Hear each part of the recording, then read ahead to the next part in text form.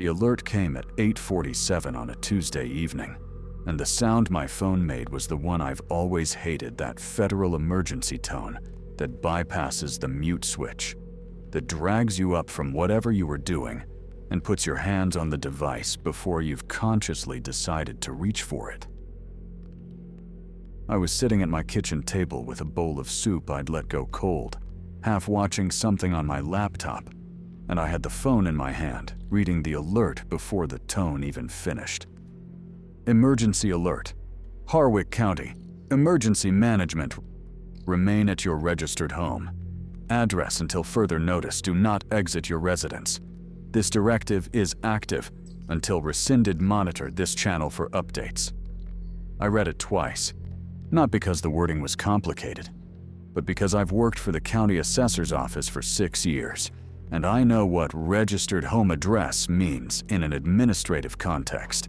It means the address tied to a property record. It's not the same as where you actually live, legally speaking, not always. And a public emergency alert using that specific phrasing instead of something like shelter in place or remain indoors struck me as off in a way I couldn't immediately name. I went to the county emergency management website out of habit. It loaded fine, and there was a banner at the top confirming the alert: shelter-in-place advisory, unspecified hazard, duration unknown, check back for updates. The phone in my pocket buzzed a second time. Same alert, same text. I dismissed it. Then my phone buzzed a third time. Not the federal tone, just a standard notification buzz. I looked at it expecting a news app. The alert banner showed a different message. It used the same header format, the same county seal graphic, the same gray-green background that emergency alerts use, but the text was different. Do not remain at your registered address. Leave now. Leave before the matching begins. I'm a person who documents things professionally. I took a screenshot before I even thought about what I was doing. Then I read the message again and tried to figure out which app had generated it, because it had appeared in the same notification stack as the legitimate alert, and my phone wasn't showing a source.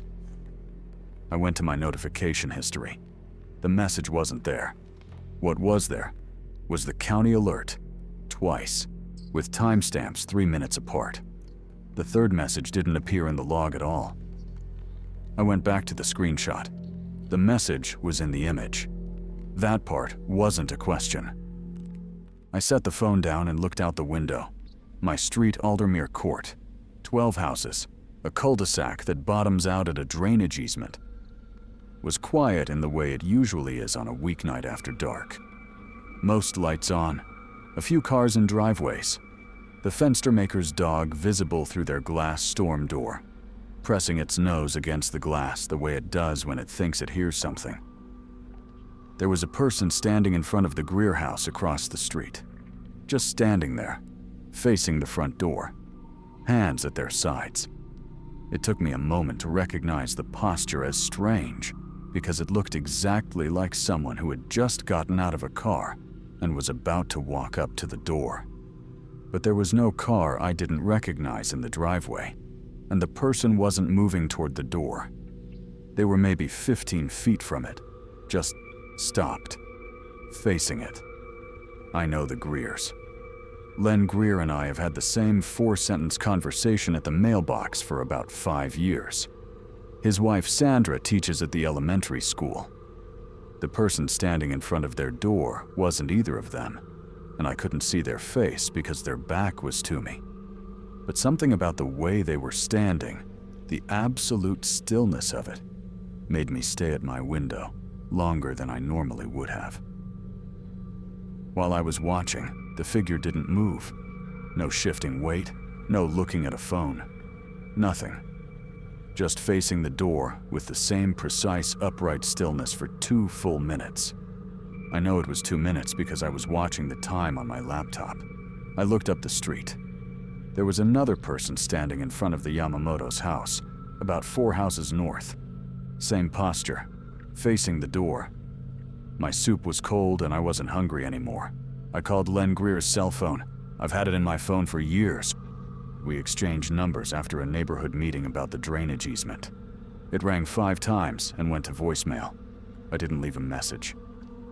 I tried Sandra's number, which I had from a school fundraiser my daughter participated in 3 years ago. Same result.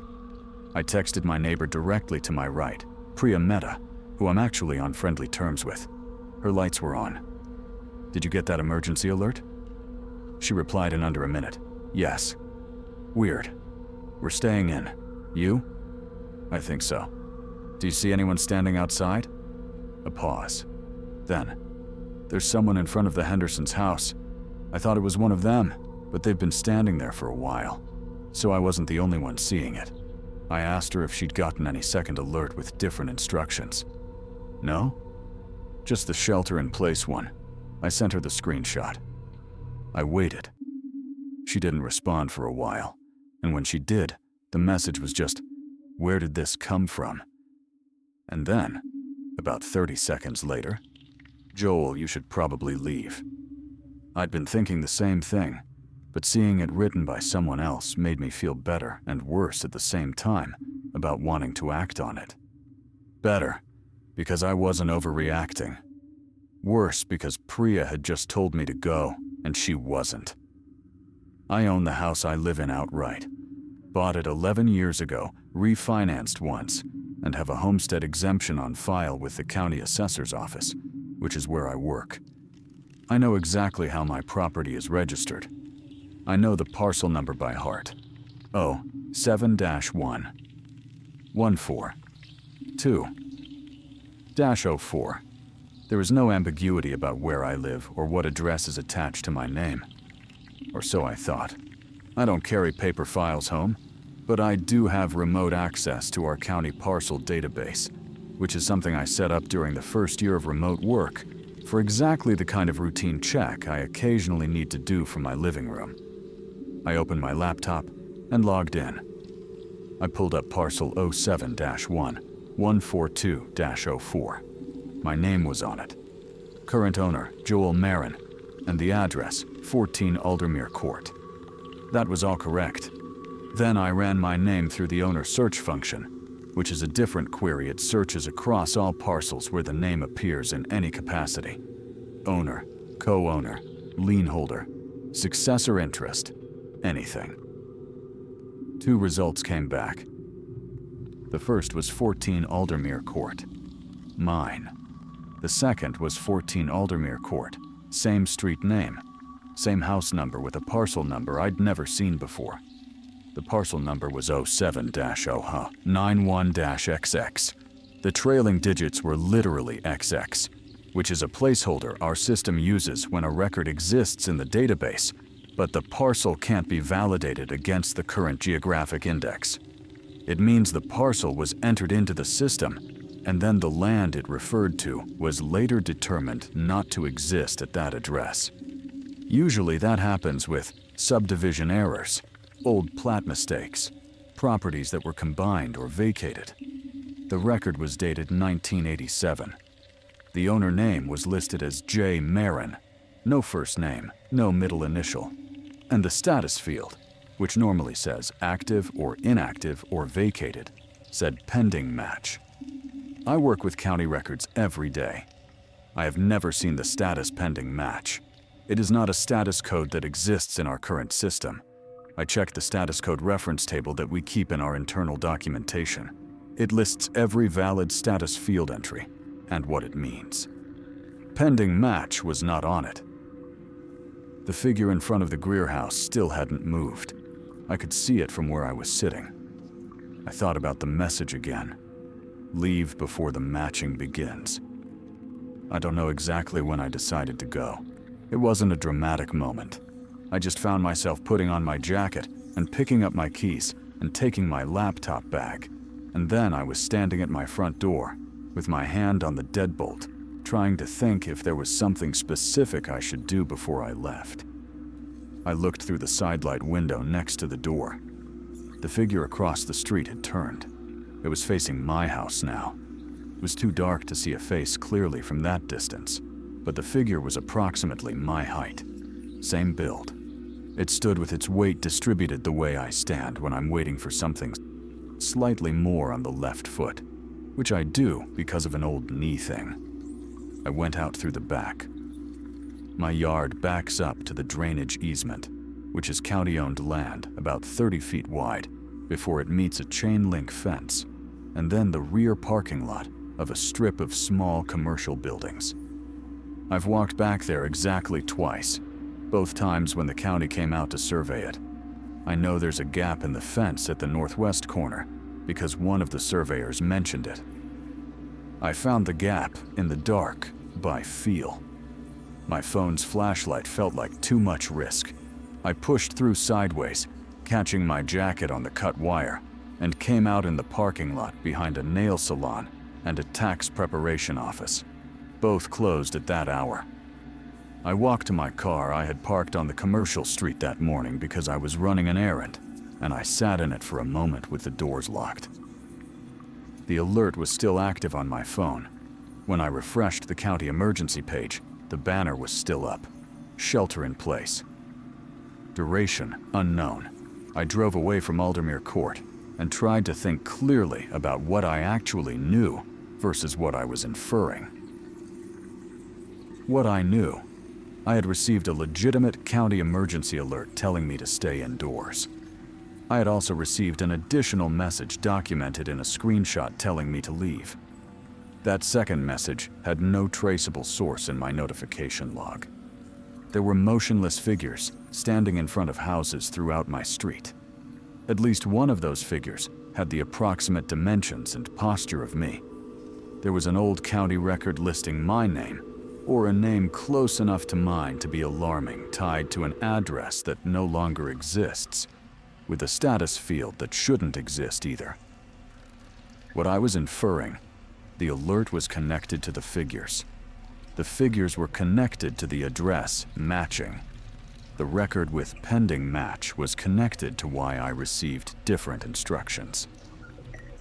I stopped inferring there because I didn't have enough to go further.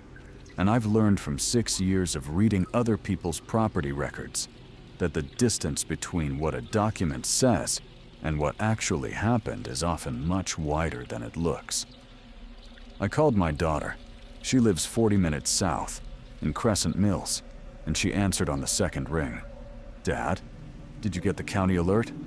"Yeah, where are you?" "Home. I got it, but I think it's only for Harwick. Are you staying in?" I didn't answer that directly.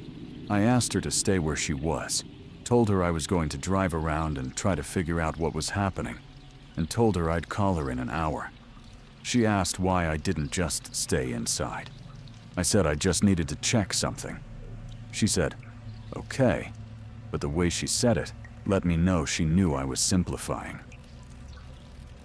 I drove north on Mill Road, which is one of the 2 main roads out of the residential section of Harwick, and I got about 6 blocks before I saw the orange and white barriers across the road at the Garfield intersection. Not police cruisers, not emergency vehicles, just standard traffic barriers, the kind the county road crew uses, with a steady amber light on top. I turned around and tried the other main road, Route 9. Same thing at the Dunmore Road intersection barriers. Amber light, no personnel, no one staffing it. Just the barriers sitting there. Which meant someone had put them up county, emergency management. Someone with access to that equipment, but no one was standing at them. No officer was checking IDs. No one was turning people back. If I wanted to drive through, I could have moved a barrier myself and done it. I sat at the Route 9 barrier for a moment and thought about that. Then I turned around and drove back into Harwick. The county's emergency management office has a public information line that's supposed to be staffed during active alerts. I called it from the parking lot of the closed Harwick Library, which has good sight lines in 3 directions and is far enough from the residential streets that I felt like I could think. The line rang for a long time. Then it picked up a recording, not a person, which is normal for routine alerts, but isn't supposed to happen during an active advisory, and gave me the shelter-in-place message verbatim. the same one from the alert. I called the county assessor's office main line, which is my own office. Also a recording. I expected that. It was after 9 on a Tuesday. I called my supervisor's personal cell. Renata Chow has been running the assessor's division for 14 years, and I've called her exactly once outside of work hours, during a database outage that was corrupting property transfer records. She answered, "Joel, you're out. Why are you out?" "You got the alert." "Everybody got the alert. What are you doing? Where are you?" I told her about the second message. She was quiet for long enough that I wondered if the call had dropped. Then she said, "Send me that screenshot." I did. Another pause. "Pending match," I said. "Is that a real status code? Have you ever seen that in the system?" "No," she said. "Not once." The record is from 1987. The parcel number has XX at the end. It's using my name, my last name, and initial anyway. And the address is the same as my current address, house number and street. But the parcel doesn't validate to anything in the geographic index. "That's a ghost record," Renata said. "It happens with old data migrations. Sometimes when we digitized the paper records from the 80s, there were transcription errors, and we'd get records that partially matched real parcels without actually being them. They get flagged, and usually just sit there. The status field isn't in our reference table. It's probably a legacy code from the old system, before my time." "Renata, who put those barriers up?" She was quiet again. "I don't know. I got the alert same as everyone. I assumed it was a gas leak or something. There's no emergency equipment on the street. No vehicles, no personnel. Just the barriers." I heard her moving a chair, a door. "Stay where you are. I'm going to make some calls." I told her about the figures. I told her about the one in front of the Greer house, and the one that turned toward my door, and the one Priya saw at the Hendersons. I didn't tell her about the posture matching mine, because I wasn't sure how to say that without sounding like I'd lost my grip on something. She said, "I'll call you back." I waited in the library parking lot and watched the street. 3 blocks away, on Crestwood, I could see another motionless figure in front of a lit house, just standing there. My phone buzzed. Not Renata Priya. "Joel, are you still out there?" "Yes." "The one in front of the Hendersons just walked up and rang the doorbell." I read that twice. Did they answer? I don't know. I can't see the door from here. I don't hear anything. "Joel, I don't want to turn my lights off, but I also don't want to stand at this window anymore. Don't answer your door," I sent back. I wasn't planning to. "Does the figure in front of your house look like you?" A long pause. I went to the other window to look. There isn't one in front of my house. I sat with that for a moment. Then I asked her who else on the street had sent me their cell number. She gave me 3. The Greers, which I already had, and which had gone to voicemail. The DiMatteos at number 8, and Marcus Webb at number 19. I started with Marcus because he's a retired engineer and tends to be useful in a specific, unsentimental way. He answered immediately. "Joel Marin, you're outside." Not a question. "You can see me?" "Library parking lot, yes. I'm up the hill with a decent line of sight. I've been watching the street." Marcus is 71 years old and spent 40 years doing infrastructure work for the state before he retired to Harwick. And if he'd had a different set of circumstances, I imagine he would have been very good at something much harder than road engineering. He said he'd counted 9 figures on our street and the one connecting to it. All stationary, except for the one Priya had seen approach the Henderson door. He'd been watching with binoculars. He didn't explain why he had binoculars ready, and I didn't ask. "They came in from the north end about 40 minutes ago," he said. "Walked in from Mill Road before the barriers went up, and they went to specific houses. Not random, they checked addresses." "How do you mean, checked?" "They would look at the house number and then stop. Some of them kept walking. A few stopped and took their position, like they were sorting. "Marcus, does the one in front of your house look like you?" A pause that told me he'd already thought about this. "I don't have one in front of my house," he said. "I figured out why about 10 minutes ago." "Tell me." "I rent," he said. "My daughter owns this property. I'm not the owner of record." He let me sit with that, and I did. The system wasn't tracking people. It was tracking names, registered owners. Someone who rented wouldn't be in the parcel database as an owner, which meant they wouldn't have a match queued up waiting outside their door. And I had 2 records, one current and real, one old and phantom, which meant the system couldn't settle on which entry was authoritative. The old record's address no longer existed in the geographic index. The new record was real, but the system apparently saw both and couldn't reconcile them. Pending match. That's what I was. Still pending, which meant whoever or whatever was operating the matching hadn't assigned a figure to me yet. The one in front of my house had turned toward my door, yes, but it hadn't approached. It had just oriented. I asked Marcus if he could still see my house. Yes. Is there still a figure in front of it? Yes. Same position. It hasn't moved since you left. It was waiting for the match to resolve, for me to come back to my registered address and complete whatever the process required. Renata called me back while I was still on with Marcus. I told him to stay on the line and switched over. "Nobody at emergency management authorized those barriers," she said without preamble. "I reached the county emergency coordinator, and she has no active advisory for Harwick. She got the alert too, but she didn't send it. Joel, nobody sent it. It came from the system, but there's no incident file, no originating event, no one who initiated it." The barriers. Road crew says their equipment is all accounted for. No one checked anything out tonight. A pause. The barriers came from somewhere else. The system had sent its own alert, placed its own barriers, all to keep people in their registered homes long enough for the matching to complete.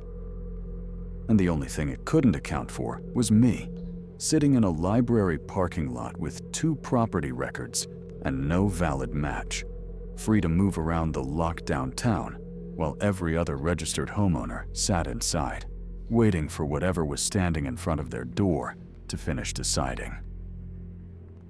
Marcus was still on the line when I opened the parcel database on my laptop. I asked him to read me the house numbers of every property with a figure standing outside it. He did it methodically, without editorializing, just numbers, north to south, the way you'd read a survey. I cross-referenced each one against our records as he called them out. Every address with a figure outside it had a single registered owner. One name per parcel. No co-owners. No surviving joint tenants. No life estate holders. Clean, unambiguous ownership records. The 3 addresses without figures. Marcus's rental at number 19, a property at 6 Aldermere that I knew had been in an estate dispute for 2 years and currently showed no individual owner, just a trust name and a duplex on Crestwood, where I happened to know both units were leased to tenants because I'd processed the landlord's homestead exemption removal when he moved out of state. I told Marcus what I was seeing. "So it needs a person," he said, "not a deed. A person whose name is on a deed. That's what the data says. What about houses with multiple owners? Married couples, that kind of thing?" I hadn't checked that yet. I pulled up the 3 properties on our street where I knew the ownership was listed jointly. The Fenstermakers at number 11, David and Carol, both on the deed. The Oylarans at number 3, same situation. And the DiMatteos at number 8, where I knew Tony had added his wife Maria to the title about 4 years ago after a refinance. I asked Marcus to look at those 3 houses. A pause while he repositioned, I assumed. "Fenstermakers have 2 figures," he said, one on each side of the walkway. "Oylarans? 2. DiMatteo's? A longer pause. One, he said. Just one. I pulled up the DiMatteo record. Tony and Maria, joint tenants with a right of survivorship. Both names on the current deed. There should have been 2 figures. I called the DiMatteo number Priya had given me. Maria answered, which surprised me only because I expected voicemail. Joel? She sounded calm, but in the particular way that people sound calm when they've decided to be. Tony went outside about 20 minutes ago. He thought it was one of the neighbors. I've been trying to reach him. I asked her where he'd gone. He went to the front door, and the person outside, he said it looked like him, like his face, and he went outside to talk to it. Her voice stayed level. I told him not to. He said it was probably a neighbor who needed help. Maria, lock your door. It's locked. Joel, what is this? I don't know yet. Is there still a figure outside your door? I can't see from here. I moved away from the windows. Good. Keep the lights on, don't open the door, and call me if anything changes. I'm working on it. She said okay in the same careful voice, and we hung up. I told Marcus what had happened. He was quiet for a moment. Tony went outside, and now there's only one figure, he said, because Tony isn't inside the house anymore, or because the match completed on one of them. Neither of us said anything for a few seconds. The figure is still there, Marcus said. It hasn't gone to the door, just standing there the same as before, which meant Tony leaving hadn't satisfied it. Maria was still inside, still the unmatched name. The figure wasn't Tony's match, it was Maria's. Tony's had apparently resolved differently when he walked out and approached whatever was waiting for him. I didn't have a way to think about what that meant for Tony yet. So I set it aside. I wrote his name in the Notes app on my phone and kept working. Renata called back with something I hadn't asked for. I went back into the system, she said. I pulled the ghost record with your name, the 1987 one. And? It updated. She said it the way you'd say something had caught fire. Flatly, because the fact itself was alarming enough without additional emphasis. When I looked at it an hour ago, the status was pending match. I'm looking at it right now, and it says match in progress. I didn't respond immediately. Joel, nobody touched that record. It's not linked to any active workflow in our system. There's no user action in the audit trail. The status just changed. Our parcel database runs audit logs on every field change. Every time anyone modifies a record, changes an owner name, updates a status, corrects an address, it logs the user ID, the timestamp, and the previous value. If a field changes without a user ID attached to it, that's not a software quirk. That's something that should be impossible. What's the timestamp on the change? She told me. It was 11 minutes ago, which was approximately when I was in the library parking lot asking Marcus about the figures. Is there anything else in the ghost record? Any other fields? There's a field I didn't see before, she said slowly, like she was reading it as she spoke. It wasn't visible when I pulled it up the first time. It's labeled last known location, and it says... She stopped. Renata. It says Harwick Public Library parking lot. I looked up from my laptop at the dark street in front of me. The system knew where I was. Not my home address, my actual current location. And it was updating in real time, which meant it was tracking me through something. My phone's location data was the obvious answer, but I had location services turned off for everything except navigation. And I'd check that when I got to the parking lot because I'm careful about it professionally.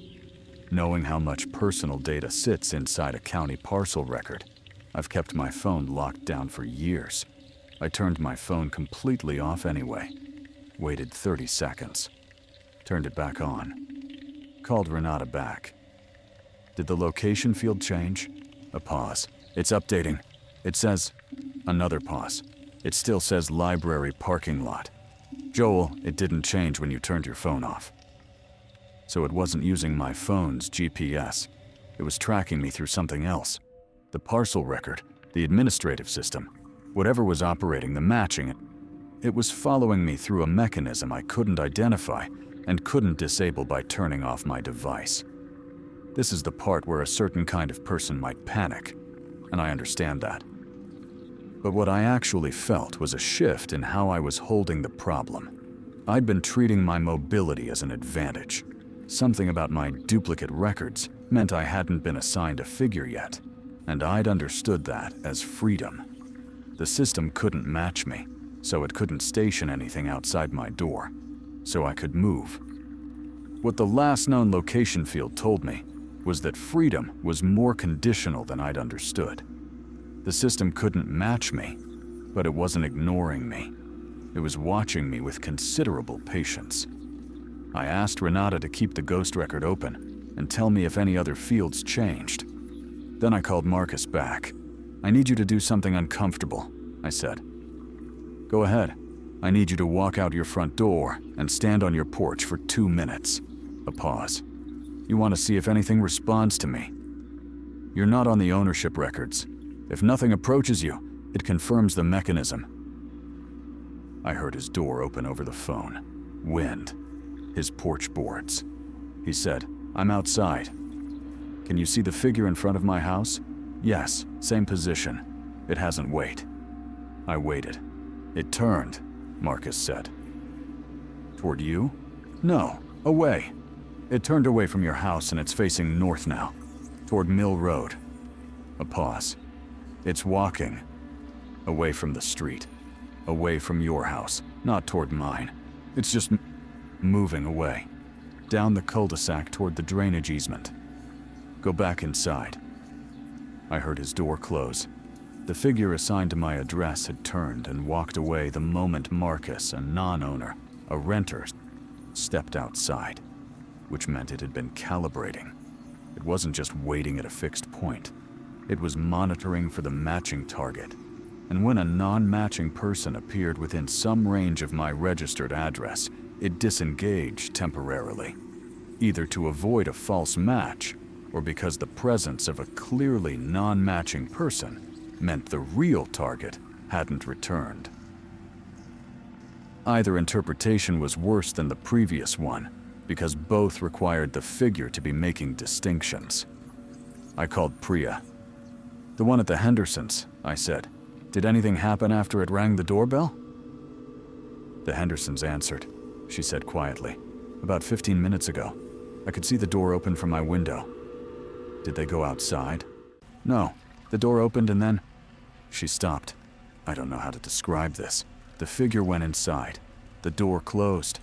I've been watching their window since then, and I haven't seen anyone move. "Have you tried calling them?" 3 times. No answer. Kevin and Ann Henderson. Both names on the deed I didn't need to check. I knew that house. I'd processed their homestead exemption myself 2 years ago. Both registered owners, both now unresponsive, and presumably 2 figures had been outside their door before they opened it. I pulled up the Henderson parcel record on my laptop. The system took a moment to load, which it doesn't usually do on a clean broadband connection. When it came back, the primary owner field still showed Kevin Henderson. The secondary owner field, which had shown Ann Henderson for as long as the record existed in our current system, now showed a name I didn't recognize. The last name was Henderson. The first name wasn't Ann. It was a name I didn't know. I stared at that for a long time. Then I checked the audit log on the Henderson record. No user ID, no timestamp. The field had simply changed, with no record of the previous value, as if Ann Henderson had never been on the deed. Renata had been on hold through most of this. I brought her back. "Pull up the Henderson parcel. Crestwood and Aldermere, number 4 Aldermere." A pause. "I'm looking at it." "Secondary owner field. What does it say?" She read me the same unfamiliar name I was seeing. "That name has never been in our system before tonight," I said. "I need to know when that field changed and whether there's an audit trail." "There's no trail," she said, and her voice had shifted into something tighter. "Joel, The system is writing to production records without any user action. That shouldn't be able to happen. We have write protections. We have role-based access. There's no pathway for an external, I know. This isn't a database error. Something is accessing our system with write permissions, and it's not any user account I can see in the active session log. The parcel database for Harwick County contains approximately 14,000 property records, owner names, transfer histories, legal descriptions, tax information, exemption status. Every person who owns property in the county has a record in that system. The matching process wasn't just assigning figures to registered addresses. It was rewriting the records afterward, replacing names. Replacing the administrative proof of who belonged to which home with whatever had just gone inside the Henderson house. And when the record changed, the previous owner, Ann Henderson, wouldn't just be displaced. She'd be erased from the property evidence. No deed record, no exemption, no transfer history showing her name, as though the county had never known she lived there. I thought about Tony DiMatteo, who had gone outside to talk to the thing that looked like his face and was now not accounted for. I pulled up the DiMatteo record. The secondary owner field showed Maria's name, unchanged. Tony's name was still in the primary field. For now. I called Maria back. She answered on the first ring this time. "Did you find him?" "Not yet." "Maria, I need you to listen carefully. Don't go outside, and don't open the door for anyone, not even if it looks like Tony." Silence on the line for a moment. Then, what happened to him? It wasn't a question. Quite. It was the voice of someone who had already answered it for themselves and was confirming. "I don't know where he is," I said, which was true. "I'm trying to understand this before anyone else opens a door." "He went outside, and now he's not answering his phone," she said. "I've called him 11 times. Joel, what is out there?" "Something that's using the county property records to locate homeowners. That's the only framework I have right now. It's matching against registered owner names, and it's..." I stopped, because I didn't know how to complete the sentence without saying something I couldn't walk back. "It's replacing them," Maria said. I didn't confirm it. I didn't deny it. I told her to keep the lights on and keep calling Tony, and call me if she heard anything at the door. After I hung up, I sat for a moment with the laptop open and the parcel database on the screen. My ghost record was still there. Still status, match in progress. Still last known location, Harwick Public Library parking lot. And there was something about the 1987 record that I hadn't thought through carefully enough. The parcel didn't validate to any real address in the geographic index. That's what Renata had said when I called it a ghost record, and she was right. That's what it technically was. A transcription error from the paper migration, a record that referenced an address the system couldn't verify existed, but the address it referenced was 14 Aldermere Court. My address. The same street number, the same street. Ghost records from the 1987 migration were usually errors created during digitization, a transcription of a paper record that had mistakes in it, or a duplicate entry from when two paper ledgers were being combined.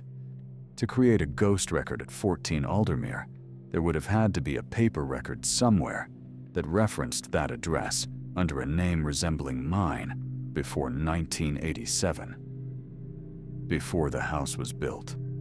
My house was constructed in 1991.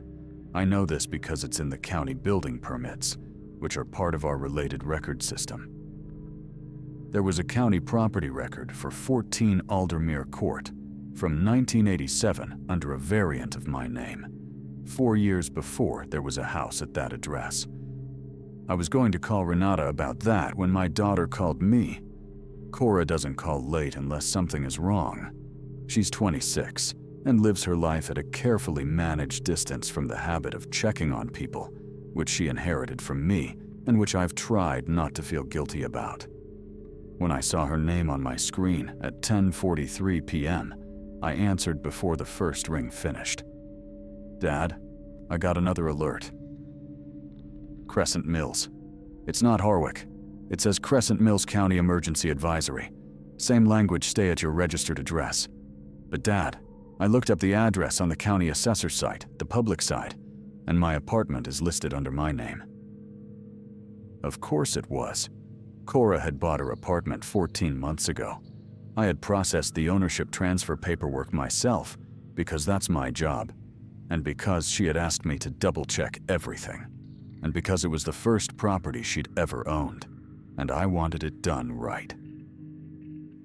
Her name was in a county parcel database, a different county than Harwick, but the same class of system, the same kind of record. I asked her if she could see anyone outside. "There's a person in the parking lot," she said, "standing by the entrance to my building. I noticed them a few minutes ago. Does it look like you?"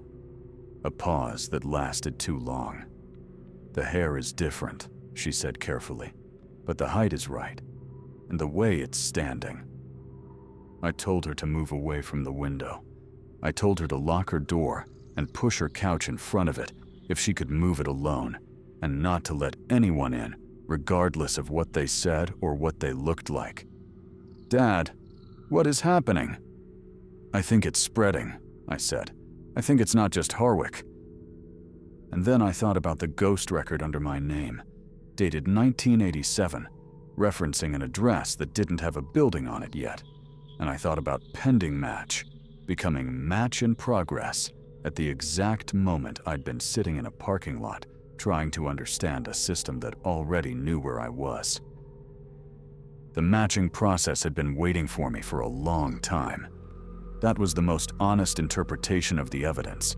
It had a record with my name attached to an impossible address, and for 38 years it had been unresolvable, because neither the address nor the person could be confirmed. Until tonight, when every phone in my town received an alert, and my phone received a different one, and the system that had been quietly holding a record under my name finally marked it match in progress. I wasn't free of the process. I was the one it had been built around. I stayed in the parking lot because I needed to think before I moved. The 1987 record was the center of this.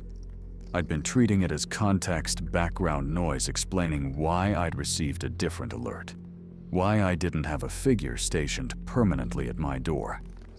But if the record predated the house by 4 years, it wasn't a transcription error from a physical ledger.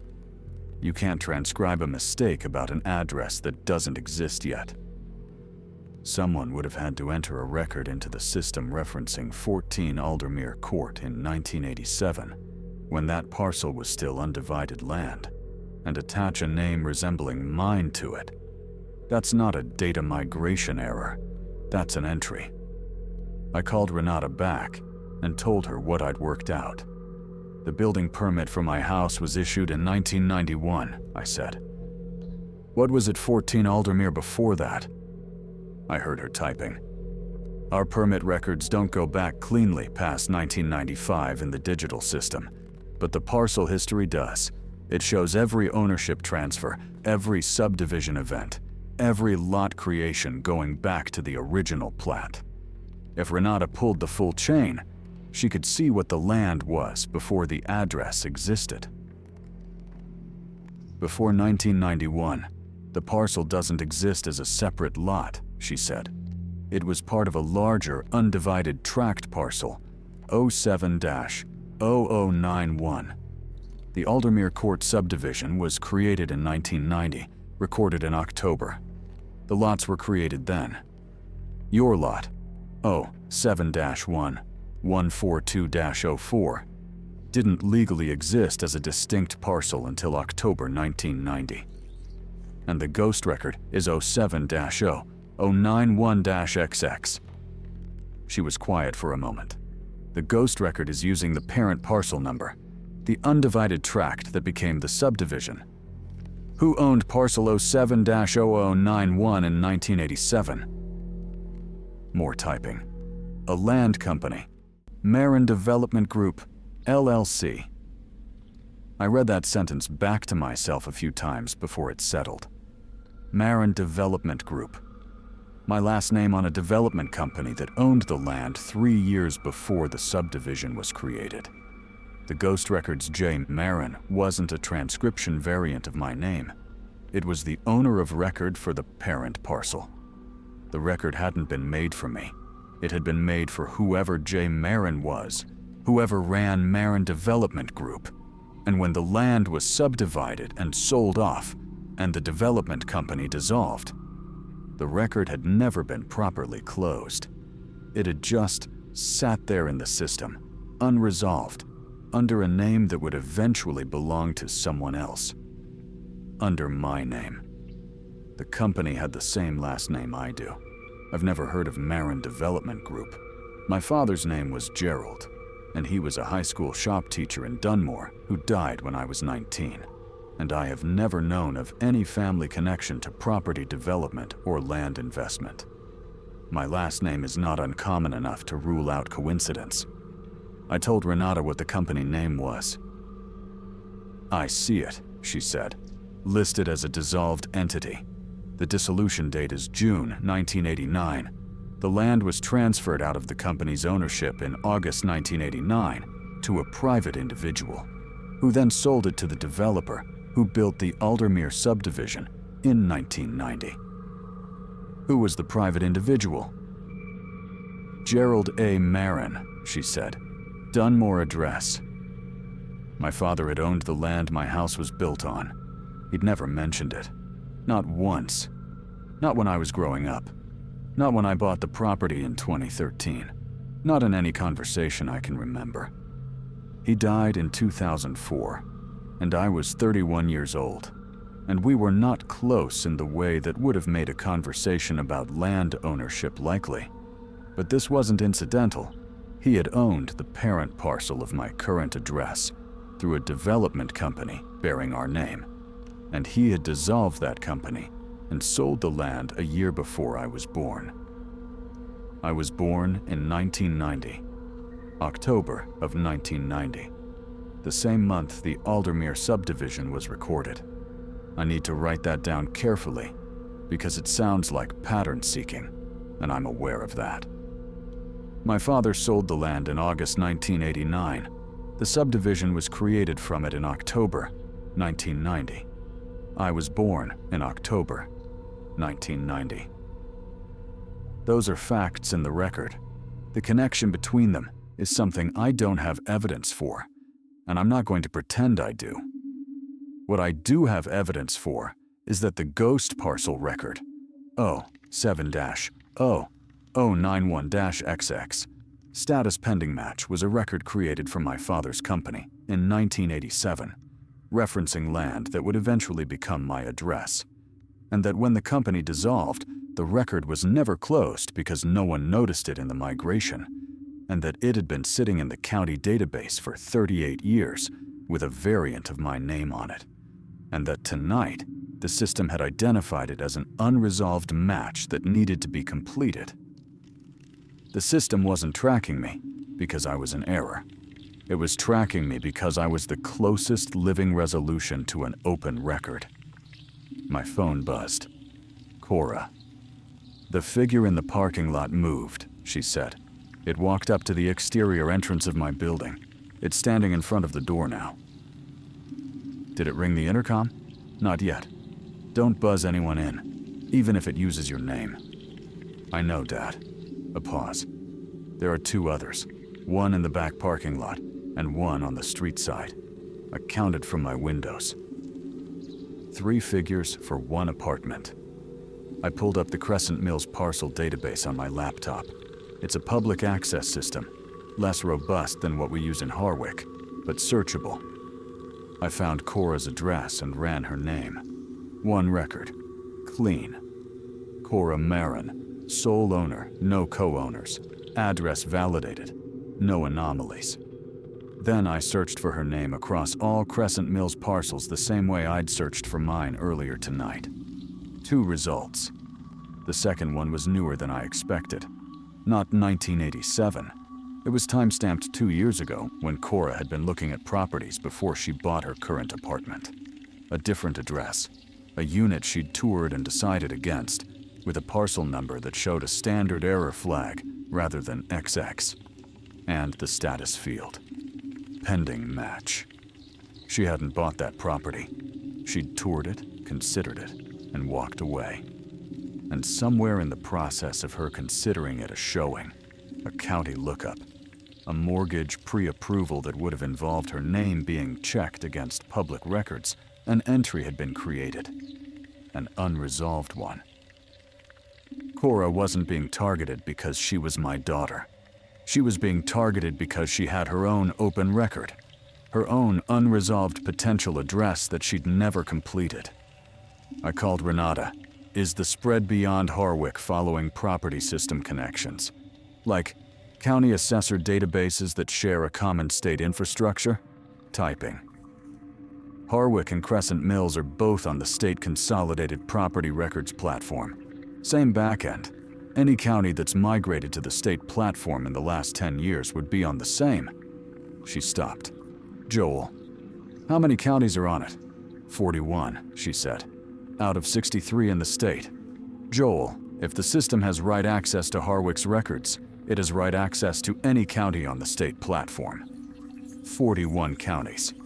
Every homeowner in 41 counties with a clean, unambiguous sole ownership record and a pending match somewhere in the system. I asked her to check whether other counties were reporting active alerts.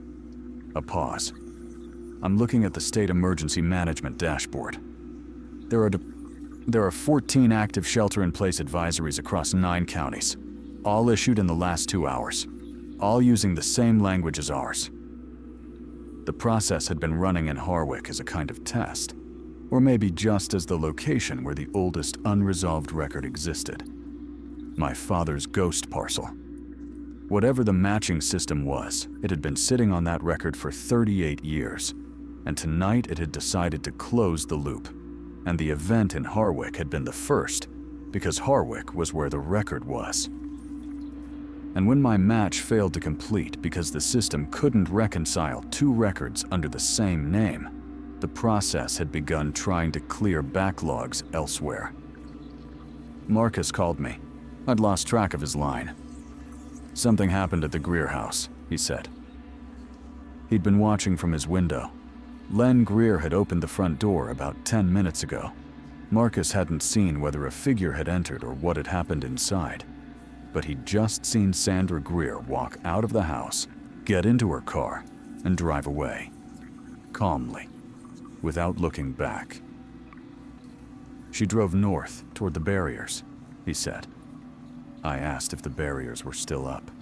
They were when I looked an hour ago. I thought about Sandra Greer getting in her car and driving toward a road barrier at 11 o'clock at night, after her husband had opened the door to a motionless figure that looked like him. The figure that had been standing in front of the Greer house had been there before Len opened the door. Marcus, was there a second figure at the Greers? For Sandra? Yes, for a while.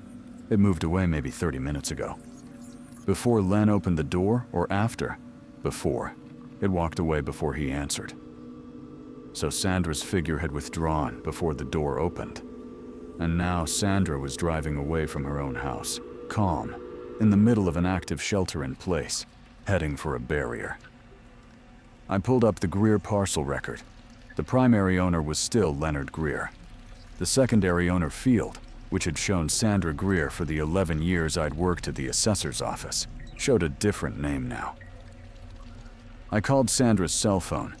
It rang once and went to a fast, busy signal, the kind you get when a number has been disconnected or reassigned. I looked up the Greer record's audit log. Sandra Greer's name had been removed from the record 43 minutes ago. No user ID. The previous value was gone. Wherever Sandra Greer was driving, the county no longer had a record of her owning anything. I sat with that for a moment. Not the horror of it, I'll process that later. Or I won't, but the mechanism. The figure assigned to Sandra had withdrawn before the door opened. It hadn't needed to enter the house because Sandra's record had already been cleared. Len opening the door had completed his match. Sandra's had resolved differently removed rather than replaced because her record was gone before the door opened. What determined which outcome happened? I didn't know. I might not know. But the Sandra Greer situation told me something important. The matching process wasn't only about entry. For some people, it was about removal. I called Cora. "Still 3 figures," she said. "The intercom hasn't rung." "Cora, I need to tell you something about your second property record." I told her about the Crescent Mills parcel she'd never bought, the address she'd toured, the pending match status. She was quiet through all of it. "The showing was in November 2 years ago," she said. "I remember it. The agent ran my information through the county system for the mortgage pre-qualification check. She said it was routine.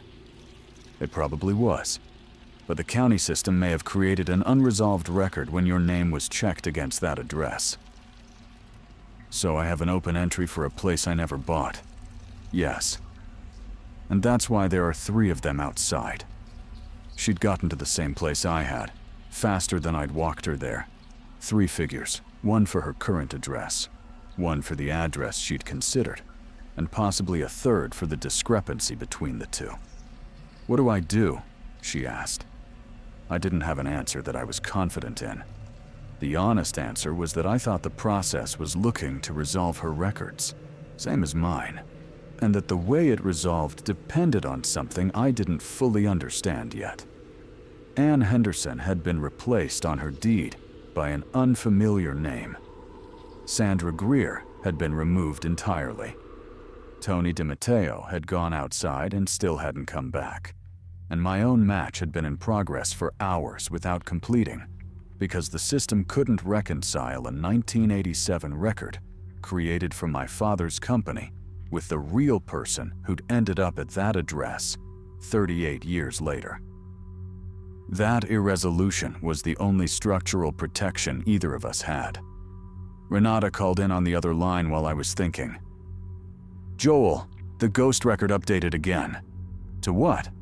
"The status field changed again. It says, conflict source, record invalid." A pause. "And there's a new field that wasn't there before. It says, process, suspended pending resolution." I looked at the street outside the library. Empty. Still. "What does that mean for the other counties?" I asked. More typing. A long pause. I'm watching the state emergency dashboard. The active advisories, some of them are going inactive. I'm seeing 3 counties go dark right now. The process is... She stopped. "Joel, I think the Harwick conflict is upstream. Your record, your unresolved match. I think it's operating as a priority block somewhere in the system." I thought about what she was actually saying. The matching process was a system that corrected administrative inconsistencies between people and property records. That's what it did.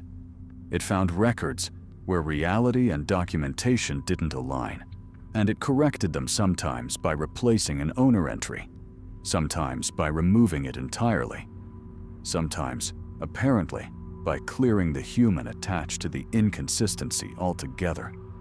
And the whole system, across 41 counties, was running on the same state infrastructure that held my ghost parcel.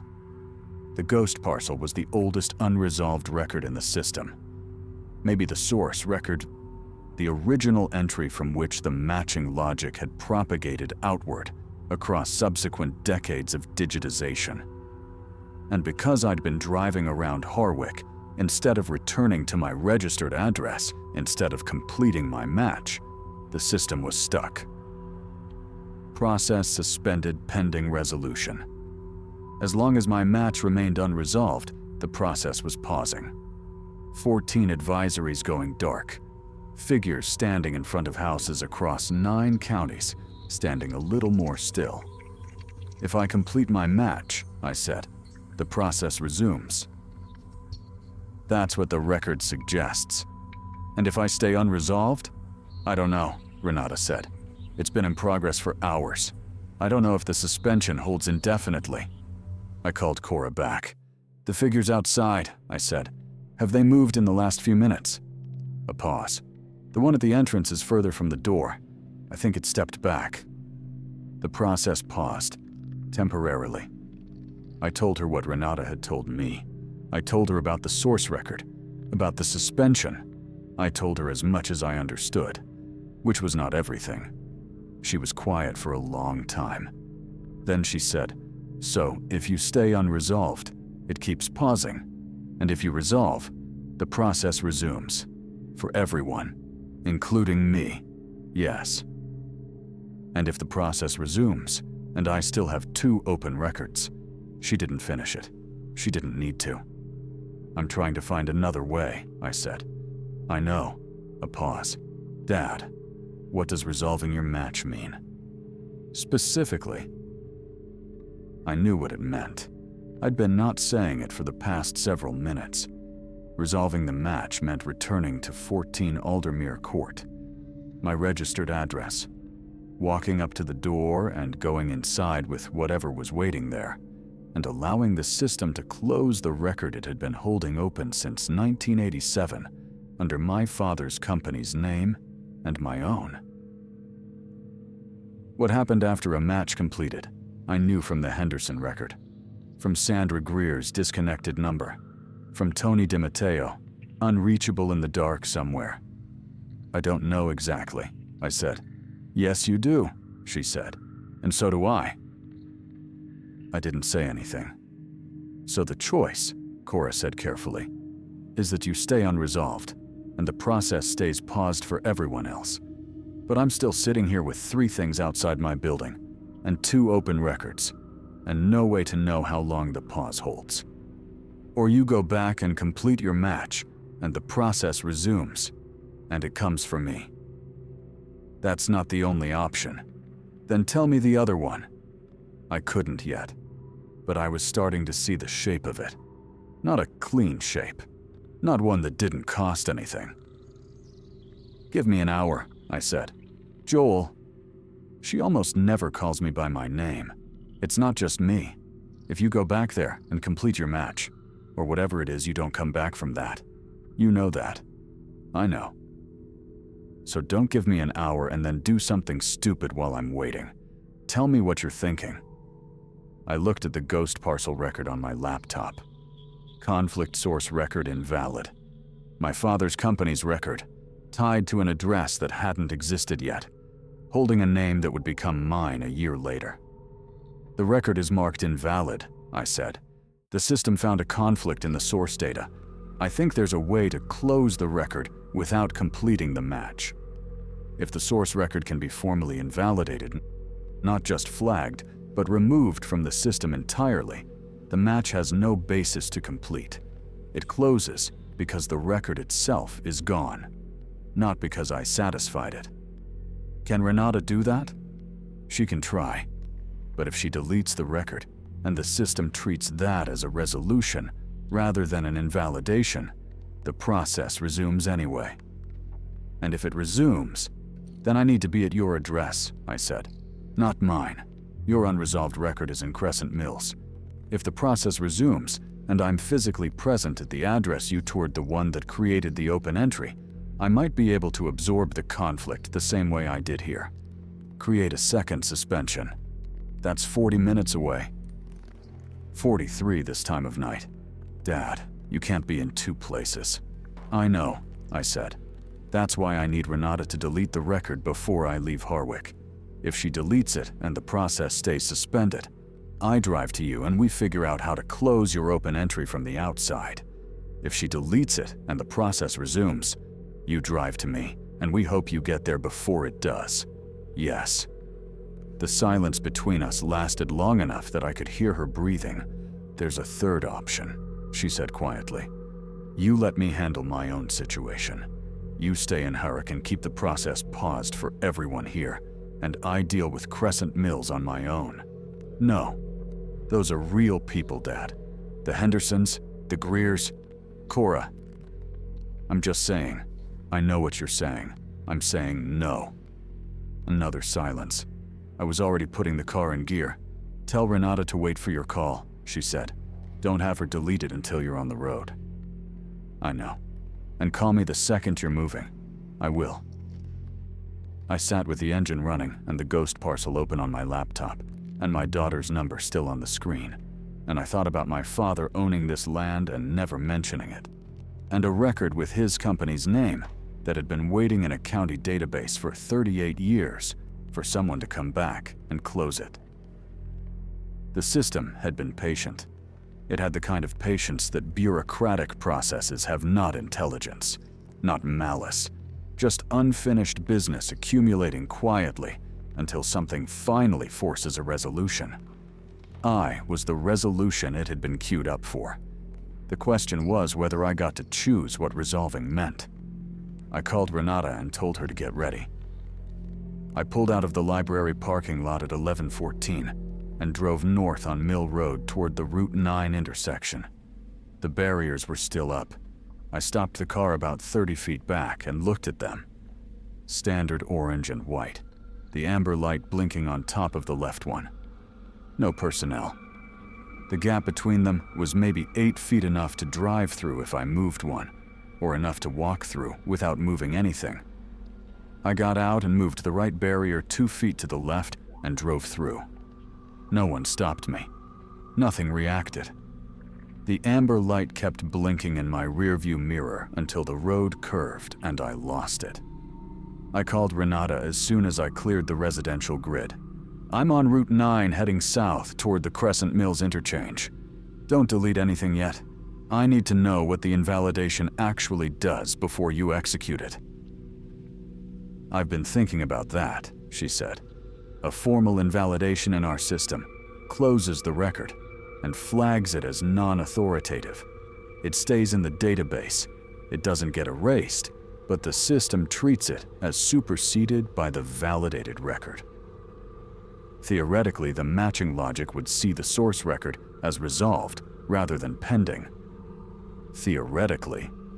I've never done this to a record that's updating itself in real time.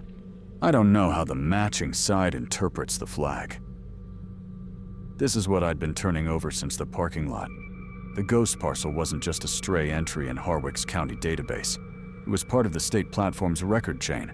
It connected to the parent parcel history, to Marin Development Group's dissolution filing, to my father's ownership transfer in 1989, and through that transfer to the subdivision that created my current address. Invalidating the ghost record would change its status flag, but the underlying ownership chain would still exist in the transfer history. Gerald A. Marin's name would still be in the system as a prior owner of the land. The inherited identity link. The reason the system had associated my name with an unresolved record in the first place that didn't live in the ghost parcel alone. It lived in the chain. If you invalidate the parcel record and the system follows the chain back to the transfer history, I said, it might just re-identify the conflict at the next link. Yes, she said. I think that's right. Can you invalidate the transfer record too? The 1989 sale from Gerald Marin to the private buyer? A pause. That's a legal document of record. I can flag it as a data quality exception, but I can't remove it from the system. It's part of the chain of title for every lot in the Aldermere subdivision. If I try to pull it, I corrupt the ownership history for 12 properties, including mine. What about the company itself? Marin Development Group's ownership entry for the parent parcel? More typing. Same problem. It's the root entry for the whole chain. I can't invalidate it without breaking every downstream record. So the clean deletion wasn't possible. I'd already half known that. But I'd been hoping the specific shape of the obstruction would suggest something. It did, but not in the direction I'd wanted. The chain had 3 links. Marin Development Group, listed as the original owner. Gerald A. Marin, listed as the individual who dissolved the company and received the land. And then Joel Marin, current owner of one of the lots the land became. The system had an unresolved record at the top of that chain, and it was looking for a resolution among those three identities. The company was dissolved. My father was dead. That left one living person attached to the name and the address. That's what match in progress meant. Not that I was a candidate among several, that I was the only remaining candidate. Cora called me. I switched over. "Something changed," she said. "About 3 minutes ago, the figure at the entrance moved back. All three of them stepped back. They're still in the parking lot and on the street, but they're further away. Renata's been running queries on the ghost record. System activity might be affecting the process. They're not gone. They're just further away." A pause. "What did you find?" I told her about the ownership chain, about the 3 links and why the deletion wouldn't hold. "Your grandfather," she said, and then stopped. "I know. Did you know he owned it?" "No, but he never said anything when you bought the house. He'd been dead 9 years when I bought the house. But before that, when you were growing up." I didn't answer that directly because there wasn't a clean answer. My father and I had the kind of relationship that had a lot of distance in it by the time I was old enough to have the kind of conversation where a man might mention having owned land. He worked with his hands and taught other people to work with their hands, and he didn't talk much about money or property or things he'd done before I was born. He sold a tract of land he'd held through a company, and then the company dissolved. And then, a year later, I was born, and he never connected any of those things for me.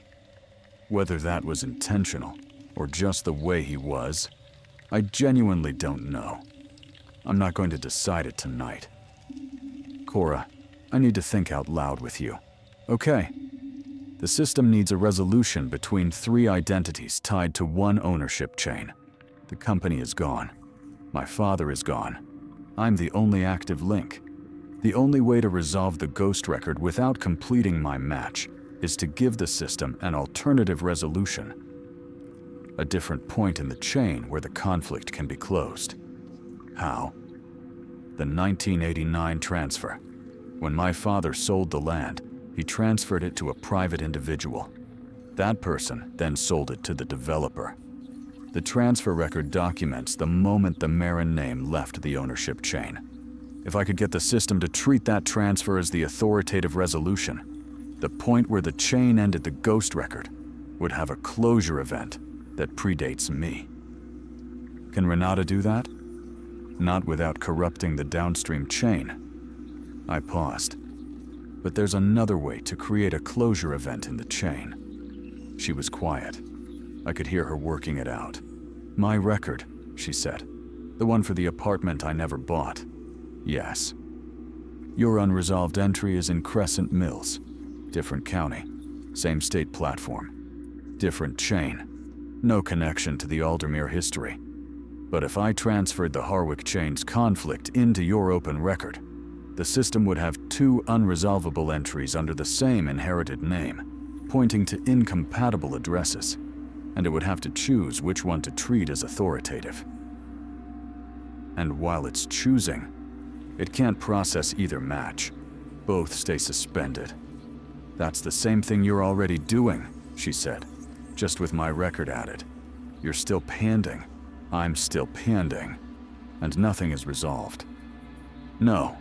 If both records are marked conflict simultaneously, the system should generate what our platform calls a destructive merge. Both records close. Not resolved, closed. It's what happens when 2 records in the same chain contradict each other with equal authority and no third party to arbitrate. The system doesn't pick a winner. It terminates both entries and flags the entire chain for manual administrative review, which would take months, at minimum, and in the meantime, the matching process has no authoritative records to process for anyone in the chain. Cora was quiet for a moment. Then, "What does that cost you?" I took a breath. "The destructive merge closes both records. Your unresolved Crescent Mills entry closes without consequence. You never owned that property. There's nothing to lose. but my current record is part of the same chain. If the merge is destructive enough to reach the active records, your house, my ownership record, yes, the merge would remove my name from parcel 07-1-142-04 as the current owner. I'd lose the legal documentation of my ownership. My homestead exemption would be cleared. The house would revert to probate status pending a new chain of title investigation. You'd lose your home. I'd lose the record of it. The house is still there. I could file to restore ownership. It would take time and legal work and money, but it's recoverable. What else? She knew me. She knew there was something else. The system tracks name-to-address associations across all linked records.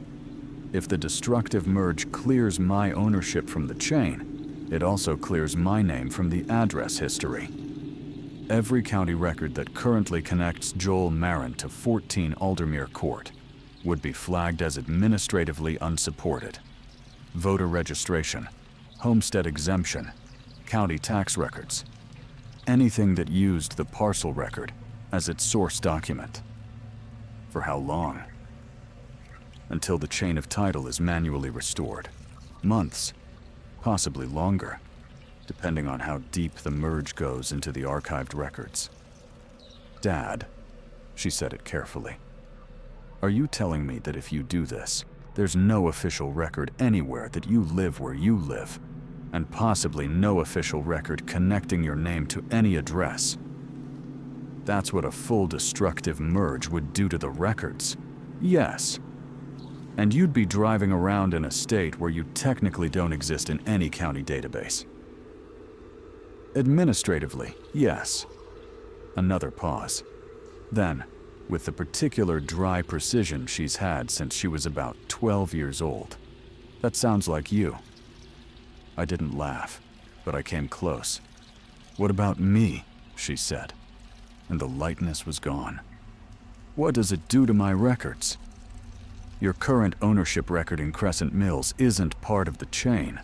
The only record being merged is the unresolved one, the one from the apartment you toured. That one closes. Your actual ownership record should be unaffected. Should be. Should be, I said. I can't give you certainty.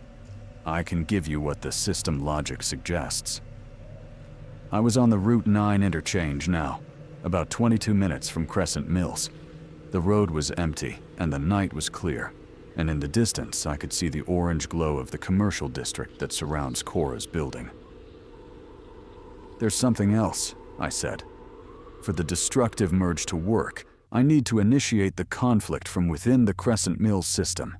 The merge has to be generated by a query that connects both records simultaneously from the same access point. If Renata runs it from Harwick without a corresponding action from the Crescent Mills side, the system treats them as separate events and closes them independently rather than together. Independent closure means the Harwick record closes as a standard invalidation, which doesn't terminate. The matching logic just pauses it. The Crescent Mills record closes as an unresolved entry, which triggers a search for the nearest valid match. Which is me. Yes. So you need to be here, she said. In Crescent Mills, running a query from their system access point at the same time Renata runs it from Harwick. I need to be at the address, at the apartment you toured. If I run a query from that location connecting your unresolved record to the Harwick chain, the system generates the conflict locally and escalates to the merge. The address is... She stopped. I remember the address. I drove past it 2 months ago. It's 11 minutes from my building. I know. I looked it up. So, you'd be going to an address where there's an open record in my name, and you'd be initiating a process that closes both that record and your own. And the figures here should respond to the conflict the same way they responded in Harwick when the system showed process suspended. They'll step back. Maybe further. Maybe. Cora, I don't have a cleaner option. She was quiet for long enough that I watched a mile marker go past. "I know," she said. "I've been trying to find one since you explained the chain." "I'm going to call Renata. I'm going to have her prepare the Harwick query, but not execute it until I'm at the Crescent Mills address and ready to run the local query simultaneously." "How are you running a local query? You don't have access to the Crescent Mills system." "No, but the Crescent Mills assessor's office has a public access terminal in their lobby. It's been there since the state consolidated the platform.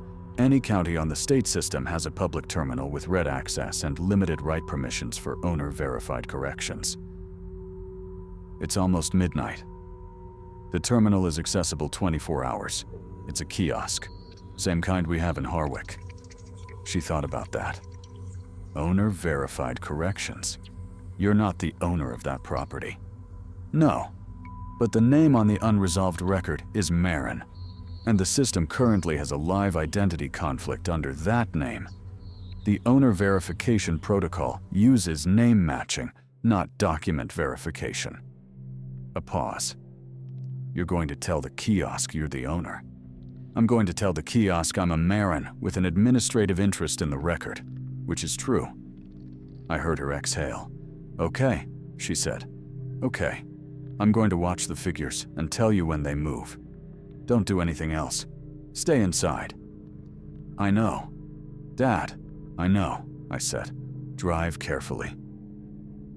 I called Renata back and told her what I needed. She was quiet through all of it, which is how she processes things. "The merge could reach further than your current ownership record," she said when I finished. "If the chain goes back far enough, I don't know where it stops. Your father's records, the company filing, those could be affected. They're already corrupted. The ghost record has been corrupting them for 38 years. I mean the family history records, birth registration, if the state used the same address chain for." She stopped. "Joel, I'm not certain what a full destructive merge does to records that use your current address as a source document. If any of your personal history records tie back to the parcel chain, they do," I said quietly. "My birth record probably does. My father owned the land. If those records get flagged as administratively unsupported, then they get flagged. I'll exist in fact, even if I don't exist in records. People do." She didn't respond to that. "Renata, I need you ready to execute on my signal." "I'll be ready." A pause. "For what it's worth, I think he knew. Your father. I think he looked at that open record at some point and understood what it was and decided not to close it. I've been thinking that too. Maybe he thought it protected you. Or maybe he just didn't know how to explain it," I said. I didn't know him well enough to tell the difference. I took the Crescent Mills exit and came down off the interchange into the amber-lit commercial sprawl on the south side of town. Cora's building was northeast of me. The address I needed was 3 miles west. My phone buzzed. "Cora." "They moved again," she said. "All 3. They stepped back further. One of them turned away from the building entirely. Renata's running preliminary queries. The system is responding." "How far away are you?" 7 minutes. "The one that turned away is walking," she said. "It's just walking. West on the street, steady pace, not hurrying. West, toward the address. Cora, I need you to stay on the line but stop watching the windows. Move to your interior hallway." "Why?"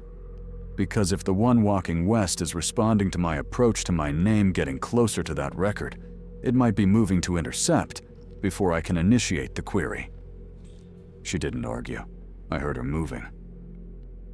I drove 3 miles through a quiet commercial district and pulled into the lot of a 2-story brick building that had been converted from a bank branch into county services offices sometime in the last decade. The public terminal was visible through the glass lobby doors. A freestanding kiosk with a county seal on the housing and a blue-lit screen. The lobby was unlocked.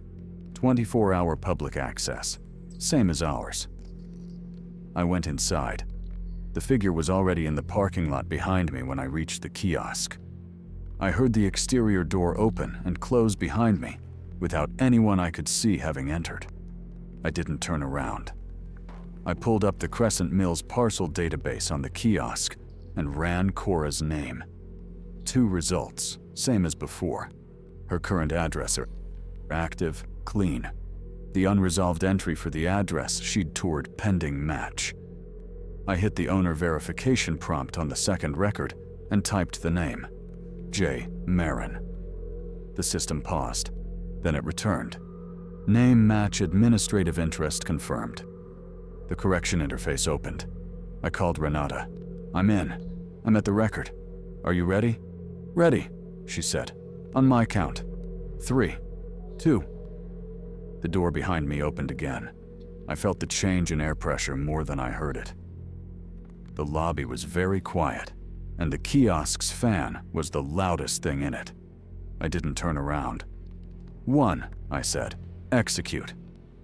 I submitted the conflict query. For a moment, nothing happened. The kiosk screen showed a spinning indicator, the kind you see when a system is waiting on a back-end response. Renata was typing on her end. I could hear it. Then the Crescent Mills record on my screen changed status. Pending match became conflict duplicate identity chain. And a second later, on Renata's end, I heard her say, Harwick record is showing the same. Both records in conflict state simultaneously. The kiosk screen flickered. Both records disappeared from the display for about 3 seconds, which is not something I've ever seen a county parcel interface do. When they came back, both showed the same status field. Merge initiated chain termination in progress. The lobby lights didn't change, nothing fell over. The figure behind me didn't make a sound. My phone buzzed. Cora, texting rather than calling.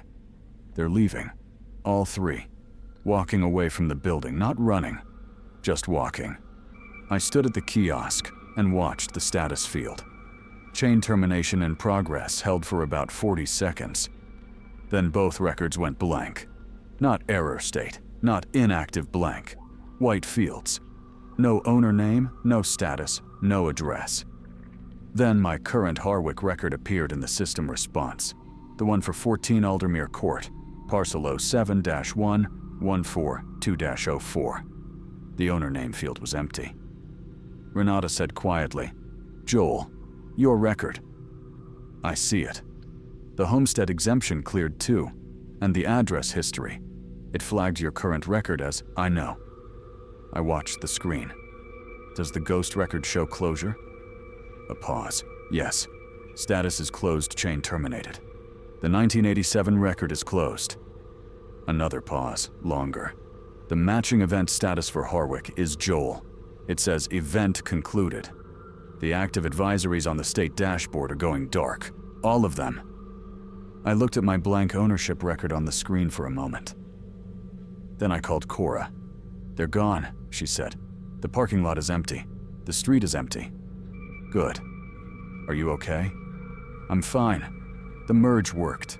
I paused. My ownership record is cleared. It's going to take some time to sort out. How much time? I don't know. Months. I'll need a title attorney. The chain of title investigation goes back to the original subdivision. It's not a simple correction. A silence. Then, you can stay here, she said, while you sort it out. I have a couch. I stood in the empty county services lobby with the kiosk fan humming and a blank property record on the screen, and I thought about my father selling a piece of land that would eventually become the address where his son would live, and whether he'd known what the open record was, and whether leaving it unresolved had been protection or avoidance, or just a thing he hadn't known how to finish. I thought about how I hadn't known him well enough to tell the difference, and how that gap had been there long before tonight, and would be there after. I'll drive over, I said. The drive from the county services building to Cora's apartment takes 11 minutes on a normal night. It took 9 because the roads were empty, not emergency empty, just late night empty. The regular kind. The kind that doesn't mean anything. I passed a gas station with its lights on, and a man filling his tank, and a traffic light cycling through its sequence for no one. And by the time I pulled into Cora's parking lot, I had started to feel the particular flatness that comes after you've been running on focus for too long, and the focus finally has nowhere to go. She was waiting in the lobby. Not outside inside, by the glass doors, which she pushed open when she saw my headlights. I got out of the car, and she didn't say anything, and neither did I for a moment. The parking lot was empty. The street was empty.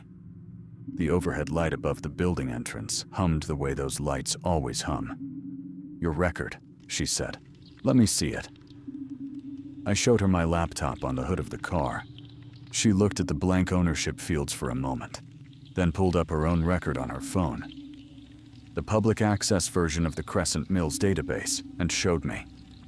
Her current address record was intact. Cora Marin, sole owner, parcel number clean, status active. The unresolved record for the apartment she'd toured was gone from the search results entirely. Not blank, not flagged, just absent. The way a record looks when it's been closed long enough for the index to stop surfacing it. "Mine is fine," she said. "I know. I checked before I left the kiosk." She closed the browser and handed my laptop back to me. "Come inside. It's cold." It wasn't particularly cold. It was a mild night, mid-50s at most, but I followed her in. Her apartment is on the 3rd floor, 2 rooms and a kitchen, the kind of space that looks like someone actually lives there, rather than someone who bought furniture to fill a property. There are books she's actually read on the shelf, not arranged by color, and a blanket on the couch that has the compressed look of something used regularly. I've been here 4 times in the 14 months she's owned it, which is not often enough, and I registered that fact now the way you register things you've been not registering for a while. She made coffee. I sat at her kitchen table and called Renata. "The state dashboard shows all advisories terminated," Renata said. "No active events in any county. The barriers in Harwick were gone when Marcus drove out to check. He doesn't know when they were moved. The closed status on the ghost record hasn't changed. And the figure that was in front of my house? Marcus hasn't seen anything on the street since around 11:30. He said it's quiet. He walked out to the drainage easement with a flashlight and didn't find anything." I asked her about the Henderson record. She was quiet for a moment. "The secondary owner field still shows the name that appeared after the event," she said. "I've been looking at it. I can see the previous value in a backup table I have access to. The backup runs every 6 hours, and the last clean backup was from 4 this afternoon. Ann Henderson's name is in the backup. In the live record, it's not. Have you been able to reach the Hendersons?" "Kevin Henderson answered his phone about 20 minutes ago." A pause. "He said everything was fine. He said he and his wife had stayed inside all evening because of the shelter-in-place advisory." I thought about that. "Did he use the name Ann?" A longer pause. I didn't ask. Neither of us said anything for a moment. "Renata, is there a woman in that house who people who know her will remember as Ann Henderson?" "I don't know," she said. "I genuinely don't know." That was the honest answer, and I knew it. And I also knew it was the kind of question that didn't have a path to resolution through any tool I possessed. Kevin Henderson had answered his phone. He'd said everything was fine. The record had a different name in it now, and whether that was a correction or a substitution or something else entirely was a question I was going to have to set down. Not because it didn't matter, but because I couldn't carry it, and also function. I asked Renata if the DiMatteos had been reached. "Maria called me," she said. "Tony came home about an hour ago. She said he was tired and didn't remember going outside. She said he seemed fine." His ownership record still shows both names, primary and secondary, both intact, no changes. She paused. I don't know why his resolved differently than the Hendersons. I didn't either. I thought about what I'd worked out earlier, that the process was correcting inconsistencies between people and records.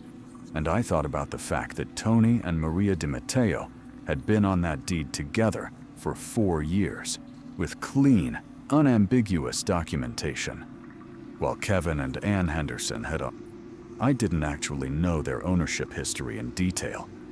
I'd have to look. I wasn't going to look tonight. Get some sleep, I told Renata.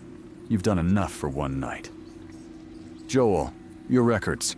I'm going to start the administrative review process first thing tomorrow. I know how to document this data integrity event. Corrupted chain of title. Manual restoration required. It's going to take time, but I can start it. I know. Thank you. Your name is still in the system, she said. Your employment records, your personal history, your voter registration.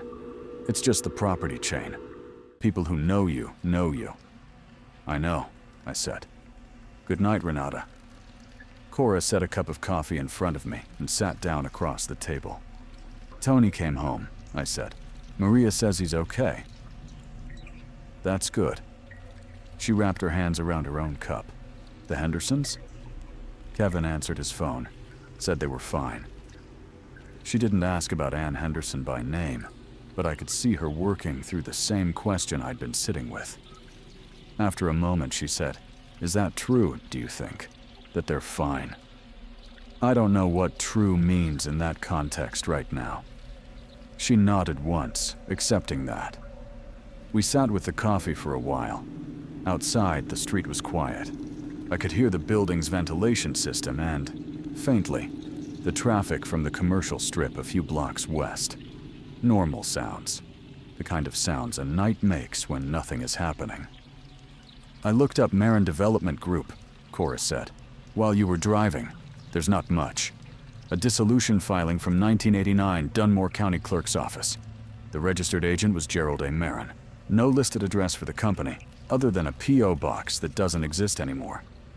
41 years ago. I know, but I wanted to find something.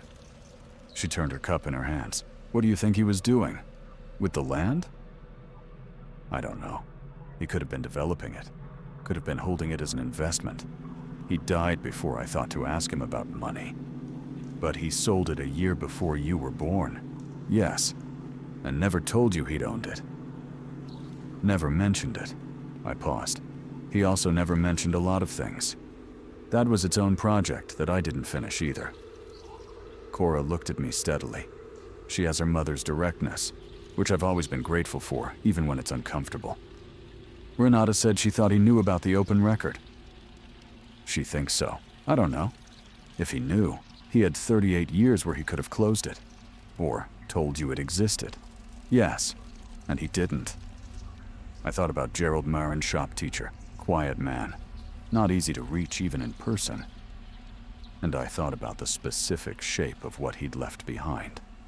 Not a note, not an explanation.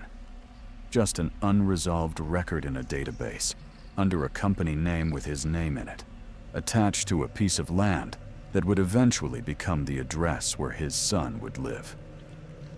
Whether that was protection, or cowardice, or something in between, I didn't have enough evidence to conclude.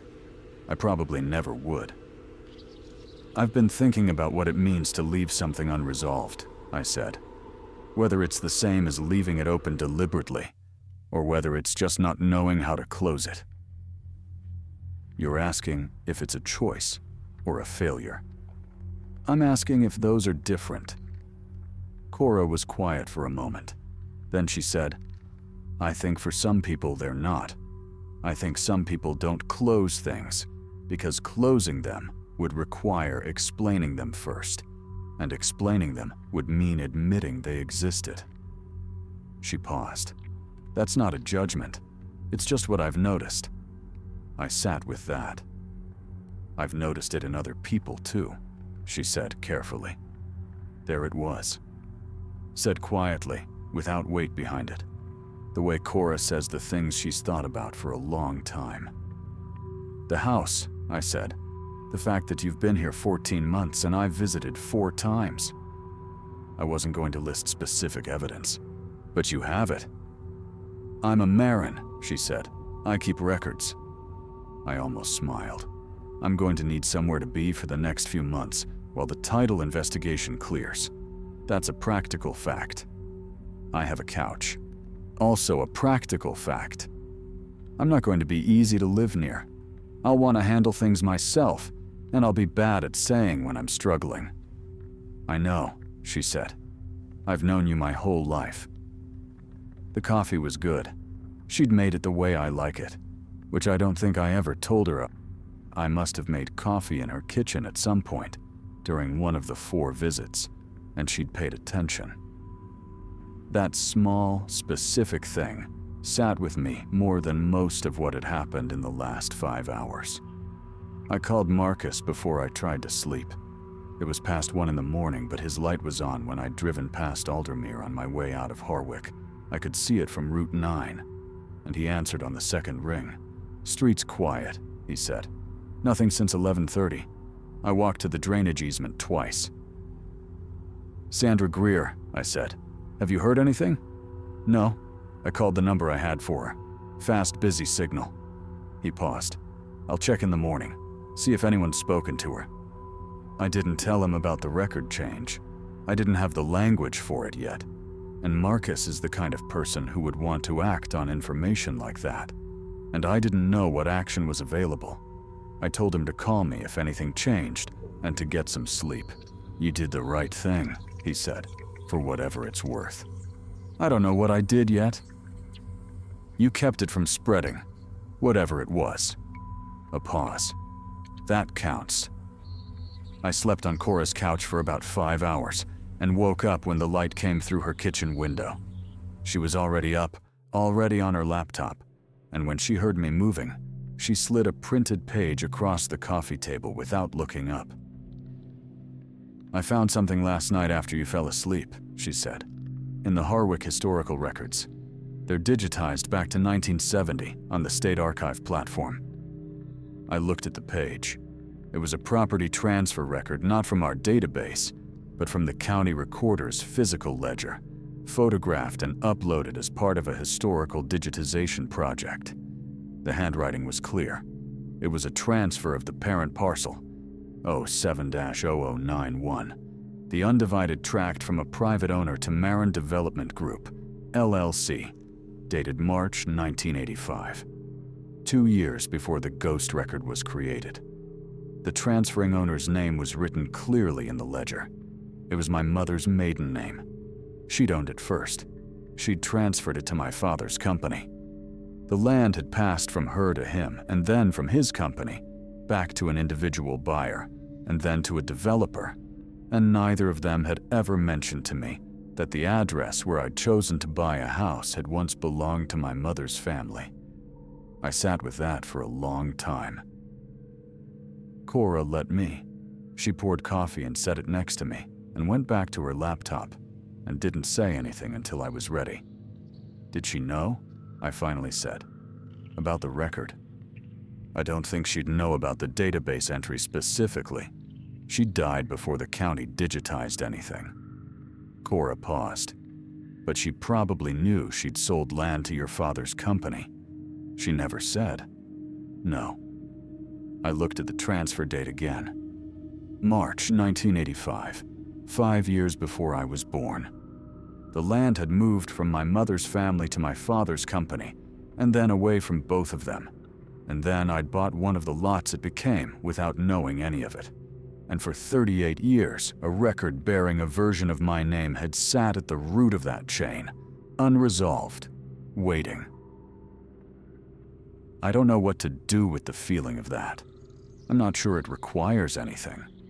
Some things are just the shape that a family leaves in the world without intending to the residue of transactions and silences and decisions made before you existed, settling around you without your knowledge until something disturbs the record, and you see it all at once.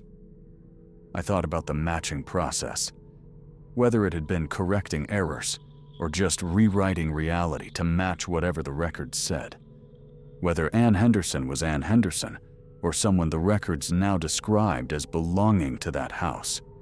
Whether Sandra Greer was somewhere making sense of a disconnected phone number and a deed that no longer bore her name. Whether the system knew the difference between a correction and a replacement. I didn't have an answer. I still don't. 3 weeks later, Renata filed the formal chain of title investigation with the county. The estimated timeline for restoration was 4 to 8 months, which is what she'd predicted.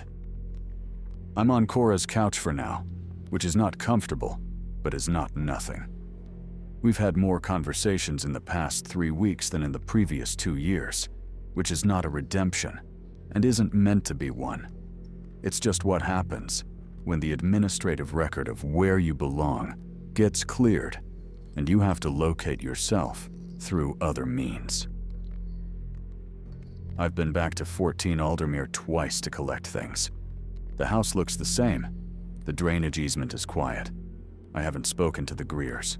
I saw the lights on in their house when I drove past, both times, which is the most I can say. The one thing I've checked every week, because I can't seem to stop, is the ghost parcel record. Status: closed chain terminated. It hasn't changed. Last Tuesday, I ran the routine parcel search on my own name. One result: the blank ownership record, pending restoration, at my current address in Harwick. The administrative flag on my current record reads, "Identity chain under review source records disputed." I cleared my search history and closed the browser. Then I opened it again, because I thought of something I hadn't checked, and ran a search for Gerald A. Marin across all Harwick County parcels. One result: the 1989 transfer record, which I'd seen before my father's name as transferring owner, the land moving out of his possession, everything in order. Except the date on the record had changed.